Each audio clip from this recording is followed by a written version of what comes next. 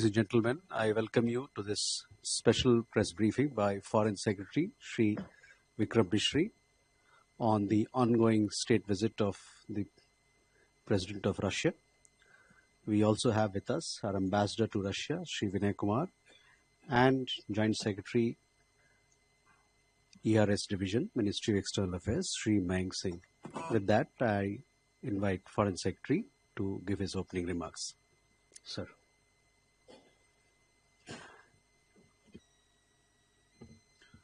Thank you, Randhir. Good afternoon, or rather, good evening now.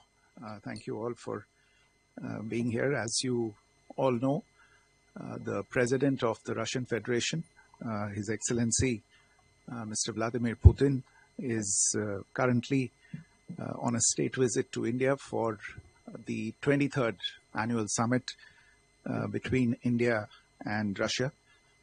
He is accompanied by a high-powered delegation comprising several senior ministers and officials of the Russian Federation, and also a very large business delegation.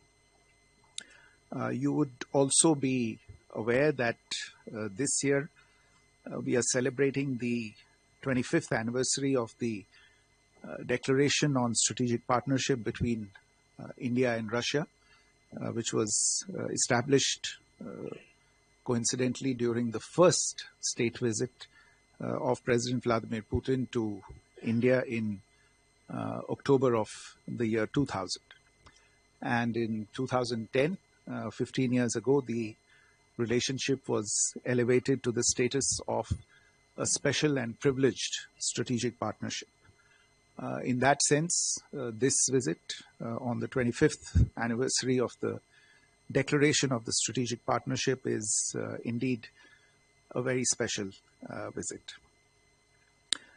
In a very special gesture, President Putin was received on arrival yesterday evening at the airport by the Honorable Prime Minister himself. The two leaders then rode together to the Prime Minister's official residence, where the Honorable Prime Minister hosted President Putin for an informal dinner, over which there was a frank and candid exchange of views between the two leaders on a wide range of bilateral, regional, and global issues.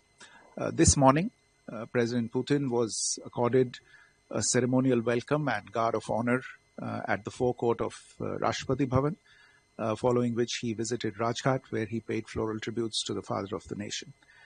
Both leaders then convened at Hyderabad House later in the morning to hold wide-ranging discussions in restricted format, followed by a lunch hosted by the Prime Minister. The leaders thereafter jointly took part in the India-Russia Trade Forum held in Bharat Mandapam just a short while ago, with the presence of key stakeholders from the business community, both in India and in Russia. The focus of the forum was on the shared ambition of both leaders to expand the economic dimension of our bilateral partnership by increasing our bilateral trade in a balanced and sustainable manner, including primarily by increasing India's exports to Russia, strengthening industrial cooperation, and forging new investment partnerships. The outcomes of discussions during the business and sectoral discussions that have been ongoing over the last 2 days were presented to the two leaders this afternoon. For details on these, I would refer you to our Ministry of Commerce, which has been coordinating these events. Later on in the evening, today, Honorable Rashtrapati Ji will receive President Putin at Rashtrapati Bhavan and will be hosting a state banquet in his honor. Now, as to the focus and outcomes of the visit, both sides have adopted a joint statement, which you might have had opportunity to see, The joint statement testifies to the India-Russia relationship as a time-tested, progressive partnership that is anchored in trust and mutual respect. It reflects the very special nature of our ties and provides a comprehensive framework for further deepening our multifaceted bilateral partnership. In addition to the joint statement, there were several agreements and MOUs that were concluded and exchanged during the visit, some of them in the presence of the leaders this morning. These include agreements on labor mobility, on maritime cooperation, health, culture, trade, media cooperation, as well as several business-to-business MOUs. And I think the details of these are available on our website as well. Economic cooperation, I would say, is the driving impulse and the most important focus of this particular visit. As I said just a while ago, expanding bilateral trade and strengthening economic cooperation requires swiftly addressing non-tariff barriers and regulatory impediments, enhancing Indian exports to Russia in sectors such as pharmaceuticals, agriculture, marine products, and textiles is important to correct the trade imbalance. And each one of these sectors in considerable detail was discussed between the two leaders today, with both of them pointing to the opportunities that existed in these areas and what were the steps that were needed that could be taken by both sides in order to move towards the mutually shared objective of increasing trade in these areas. Agreements in mobility, as I said, and these are two agreements in particular: the agreement on temporary labor activity in both states and the agreement on cooperation in combating irregular migration. They form a centerpiece of the understandings reached during the ongoing visit. Indian skilled workers, especially in IT, in construction, and in engineering, will help meet Russia's labor needs and deepen our bilateral cooperation. In fact, there is increasing interest among Russian businesses and industries to hire skilled manpower from India to support growing economic activities in Russia. The India-Russia Trade Forum that concluded just a short while ago, which the leaders attended together today, thus becomes a very key element of the visit. You would have followed that. Both the leaders gave a joint call for action to their respective businesses to expand the linkages between them. In this context, I would like to point to another very significant outcome of this particular visit, which is the program of economic cooperation going up to 2030 that has been adopted during this particular summit. And it also serves to give overarching guidance to both sides to expand the scope of the economic dimension of this relationship. The discussions today also focused considerably on the proposed free trade agreement that is under discussion between India and the Eurasian Economic Union, which is again expected to help address the issue of the trade deficit.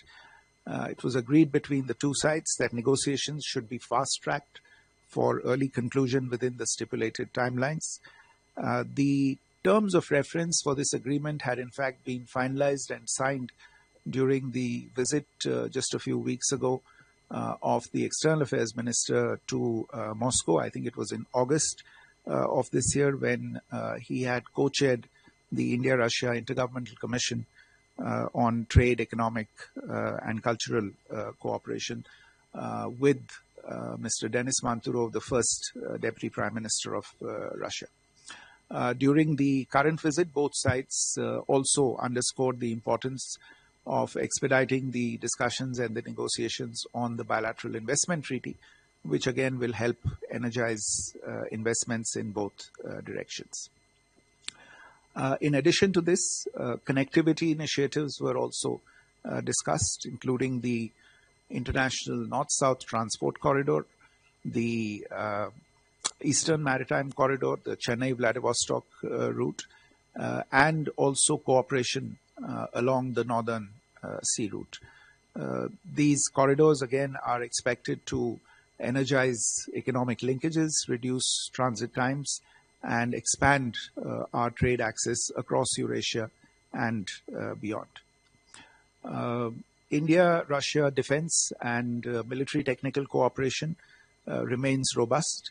Russia also continues to support India's Make in India initiative in this domain, including through joint production and technology transfer. This is also an area that was discussed between the two leaders.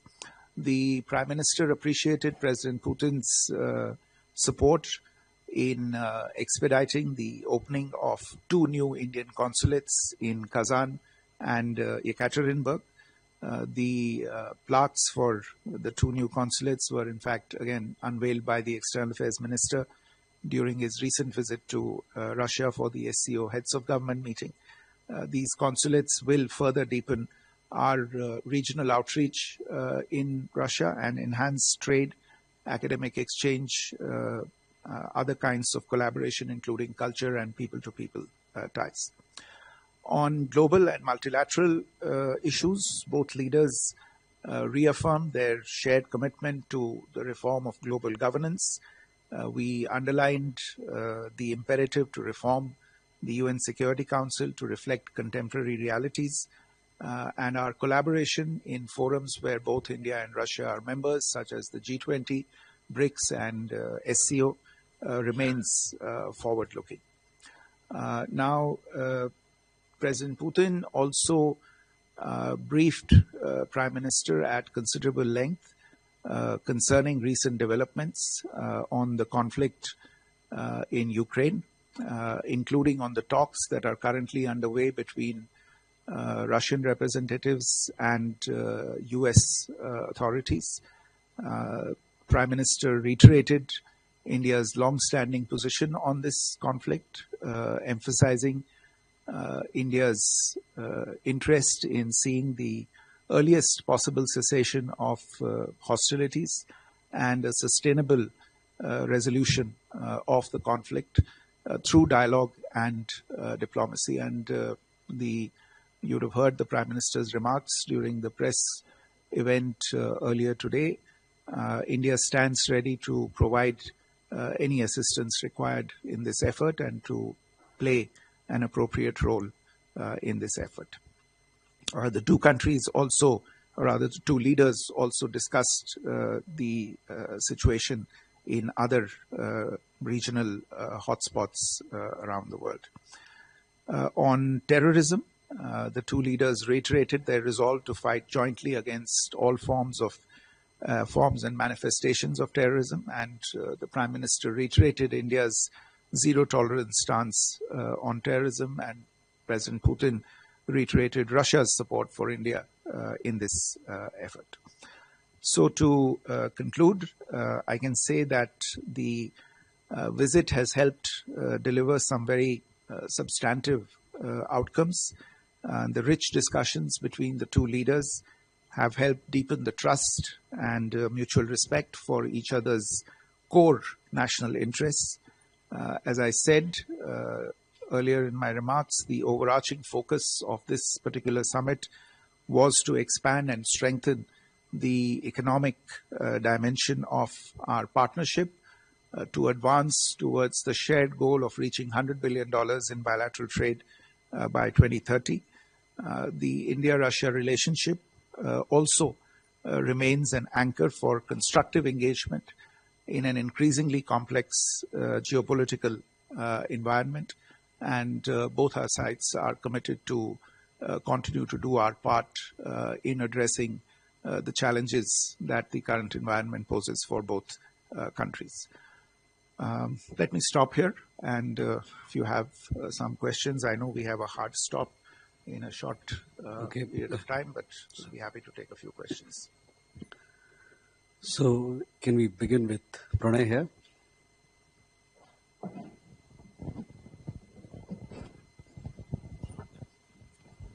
Foreign Secretary, this is Pranay Upadhyay from India Today Aaj Tak.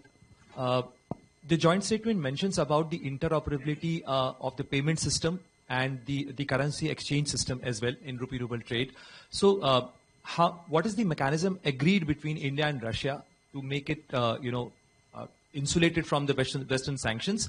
And how many Indian banks are ready to accept ruble as a mode of payment? Siddhant? Hi, sir. So my question is a geopolitical message by both Russia and India in terms of economics at a time when their countries engaging in protectionist policies.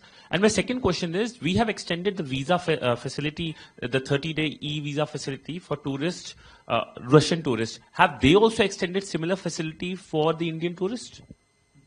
Keshav? Thank you, sir. Keshav here from the print. My first question is on this irregular migration from the mobility pact. Here, sir. Is there anything in this pact that deals with the status of the Indians in the Russian army, and was that raised between the two leaders at any level? And I just wanted a clarification from the joint statements. It had a line on Iran, and that only through dialogue can the Iran nuclear situation be solved. And we saw that India joined the joint statement of the SCO condemning the strikes earlier in June on Iran.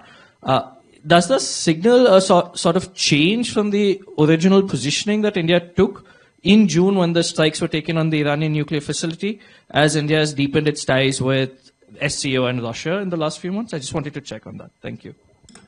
Madhu?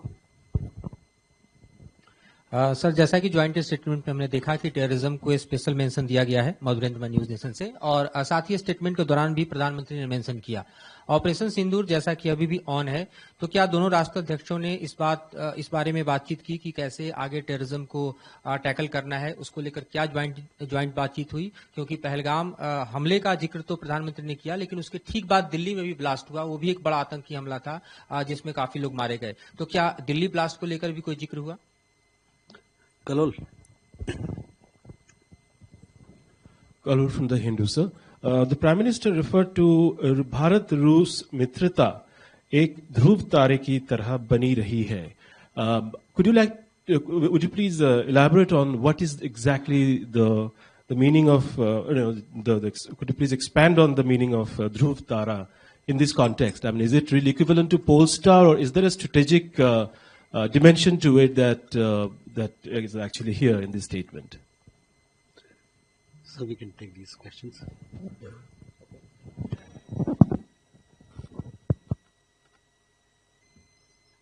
On Pranay, your question on interoperability, payments, the resort to payments in national currencies, that is increasingly happening for bilateral trade. Look, both countries are continuing to work together to promote mutual trade in our national currencies. You would be aware that special rupee Vostro accounts have been opened in significant numbers. They right now form a very effective mechanism in terms of lubricating, so to speak, the trade flows between the two countries. In terms of numbers, I don't know if I recall immediately, but I think there are more than 24, close to 24 banks that have opened a large number of these special rupee Vostro accounts that facilitate the trade between the two countries currently. We also hope, as I said, one of the major objectives during this visit was to reach understanding on how to increase Indian exports to Russia so that we can better address the trade imbalance between the two countries. I think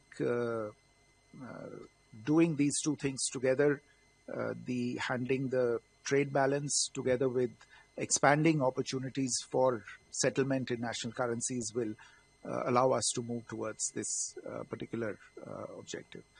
Siddhant, your question on geopolitical messaging. Look, the India-Russia relationship, as I said, is an important relationship, not just bilaterally, but in terms of its regional as well as global significance.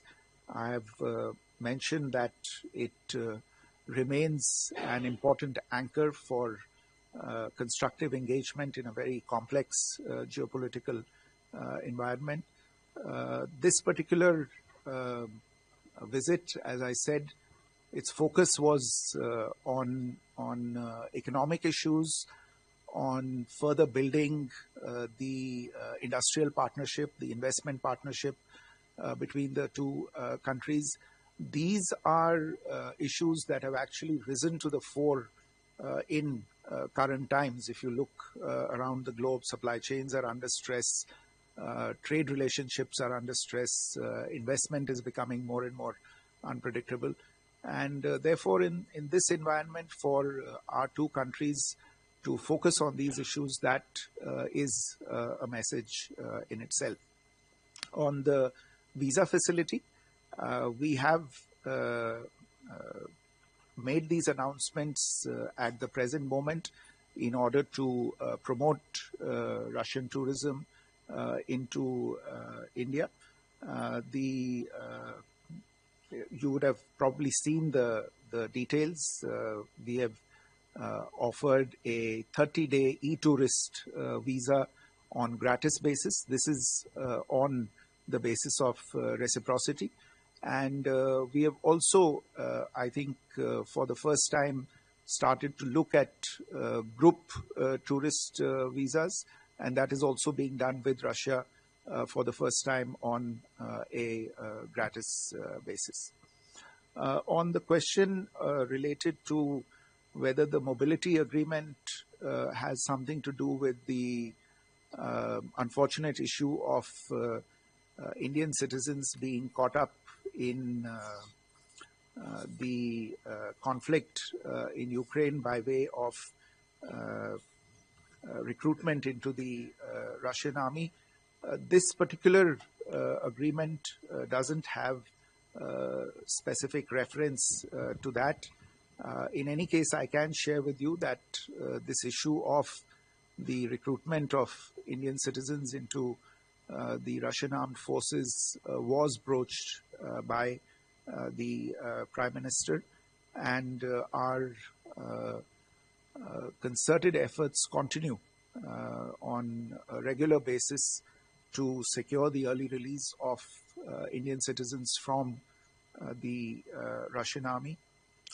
I would just take this opportunity to reiterate once again that our citizens should avoid very, very carefully any offers to join the Russian armed forces.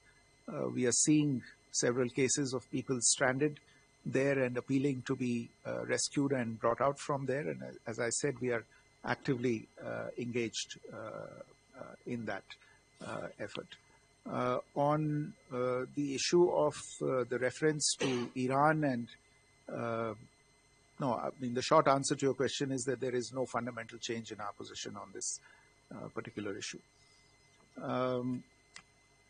मधु, आपका प्रश्न था कि आतंकवाद को लेके जो आज बातचीत हुई और जो आतंकी हमला दिल्ली में हुआ, आपकी बात सही है। ये इस विषय पे खुल के बातचीत हुई दोनों लीडर्स के बीच।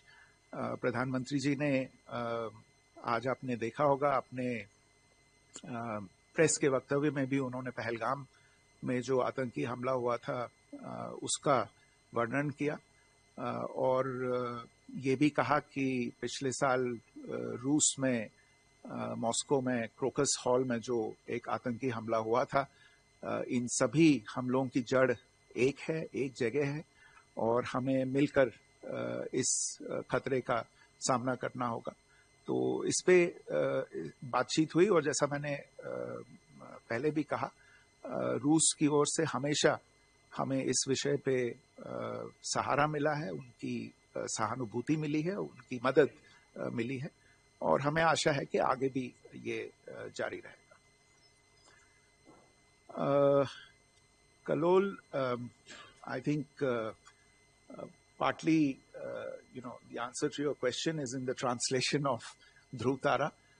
But really, seriously speaking, the fact is that what the Prime Minister was trying to convey was to underline the sustained and long-term significance of this relationship. That this relationship is a constant, and it has been there over a period of time. It has been a time-tested relationship. There have been several crises along the way, but they have not affected the fundamentals of this relationship. And the fact that today we are, in a sense, also observing the 25th anniversary of the strategic partnership, it's come a long way. There has been progress in multiple areas. So, in a sense, the sustainability, the certainty of this relationship, I think this is what the intention was in the use of that term by the Prime Minister. Thank you. So, we go Rajesh. Good evening, sir. I'm Rajesh Roy from the Associated Press. Wanted to ask if the Russians conveyed their position on the recent US sanction on two of Moscow's biggest oil producers, Rosneft and Lukoil, which is an attempt by them to force countries like India to cut down on imports. Secondly, did the Indian side seek expeditious delivery of S-400, the remaining two squadrons of the air defense system? Any exploration for purchase of additional units, upgrading Su-30 fleet, and purchase of advanced fighter jets like Su-57? Shruti. Thank you, sir. Shruti Ranjan from Bloomberg. Foreign Secretary, if you could give us an understanding whether there was any discussion on oil and whether India and Russia, what they do about the oil trade. And secondly, in the joint statement, we see an elaborate mention of the nuclear power plants in both sides discussing a second site. If you could elaborate on that, sir. Akhilesh. Sir मैं अखिलेश सुमन हूँ DD news से। एक आम आदमी का सवाल है कि बहुत सारे इंडियन स्टूडेंट्स जाते हैं रसिया में मेडिकल की पढ़ाई करने के लिए, और जब वे वापस आते हैं तो उनकी डिग्री को मान्यता तो मिलती है, लेकिन उनको 1 साल तक इंतजार करना पड़ता है प्रैक्टिस के लिए। तो आज हेल्थ कोलैबोरेशन की बात हुई, एकेडमिक कोलैबोरेशन के लिए साइन किया गया, तो क्या इस इश्यू को भी टिकअप किया गया है या आगे किया जाएगा कि उनको यहाँ प्रैक्टिस के लिए 1 साल का इंटर्नशिप या फिर एग्जाम नहीं देना पड़े?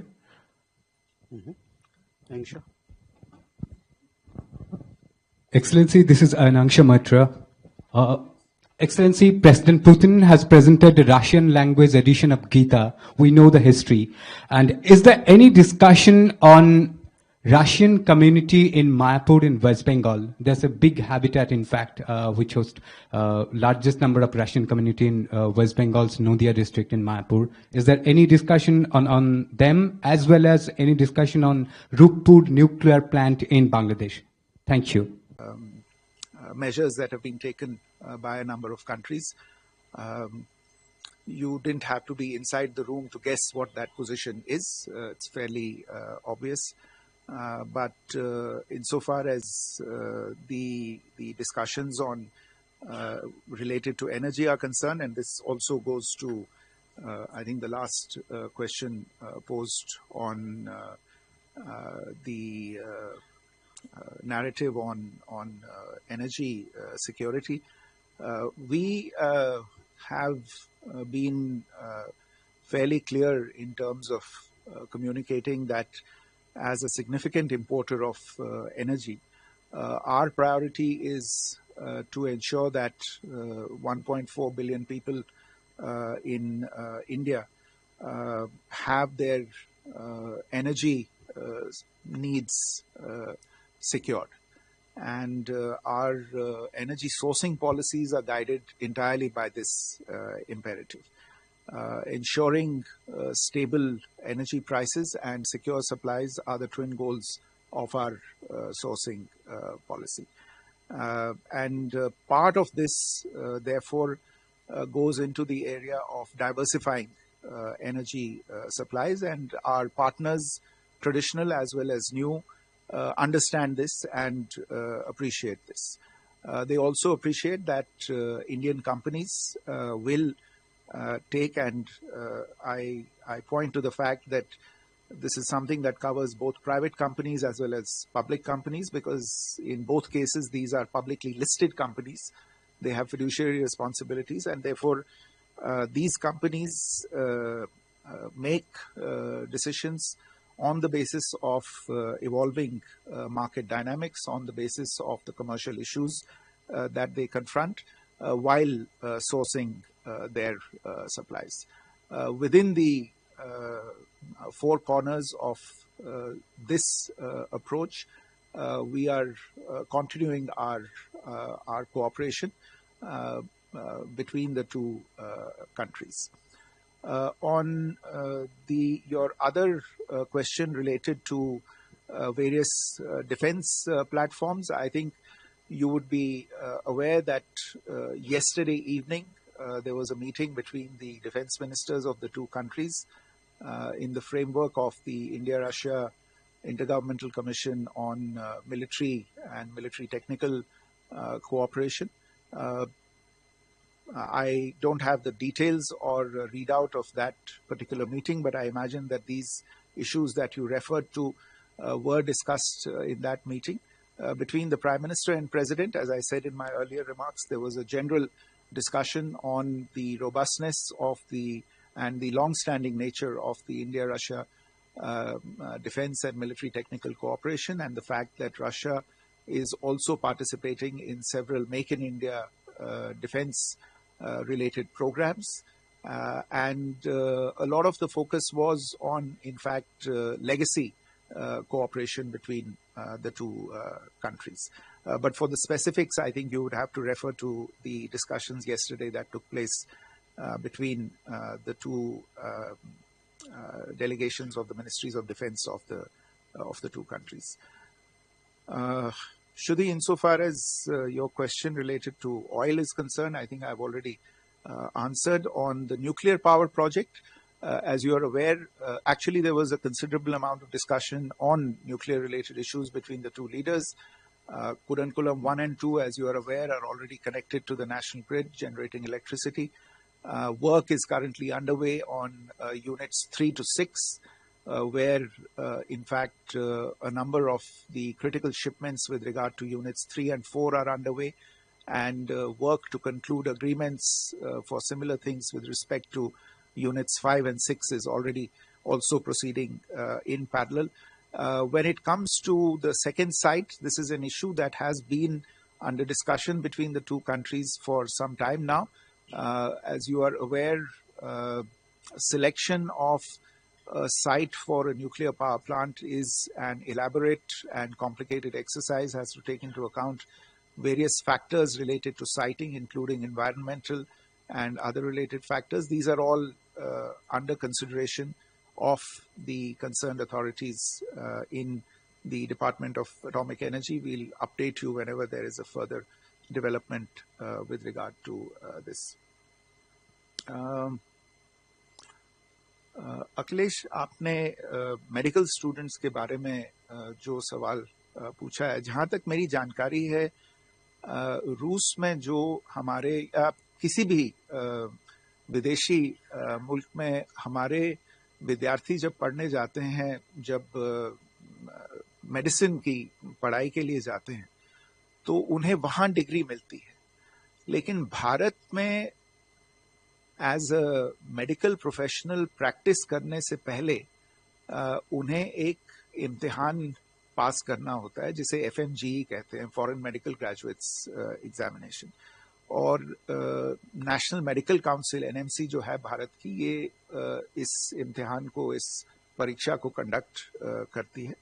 और ये हमारी रिक्वायरमेंट है, ये भारत की रेगुलेटरी रिक्वायरमेंट है कि बाहर से जो लोग पढ़ के आए उनके लिए एक हमारे रेगुलेटरी स्टैंडर्ड्स को ये स्टूडेंट्स मीट कर सकें, उसके लिए इम्तिहान जरूरी है।